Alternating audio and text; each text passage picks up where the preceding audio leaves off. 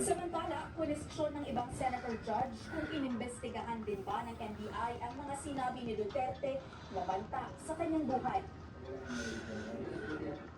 Parang po kami, Your Honor, ng open source.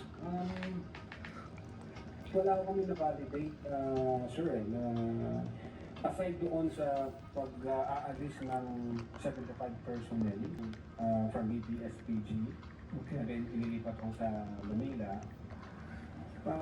wala ko kami na-validate noon na confirm.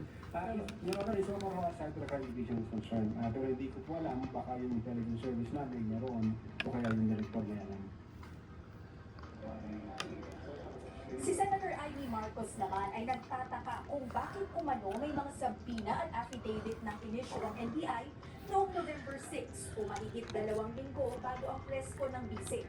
Ayon kay Noto, ito umano ay typographical error lamang dahil December 6 ang tamang buwak inisyu ang mga sabina at hindi Nobyembre.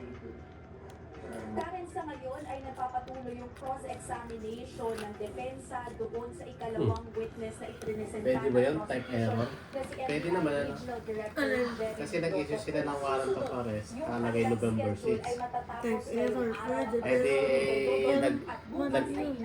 nag-live si Sarah November 23. Ano, nauna yung subpera dun sa ano. Pero mali kasi ano yun, hindi, yung mga pumirma hindi na double check. Sa dami nilang ano, di ba?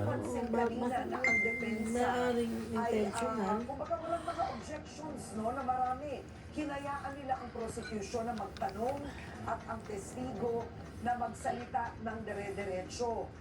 Tinanong ni Senator Nick Zubiri, nagsalita ba ang vice-presidente, nag-sorry ba? At any point, sumagot ang depensa at sinabi, oo, pero sa panahon namin, pag nagpresenta kami ng ebidensya doon sa artikulong yun, kailan yun na Katrina?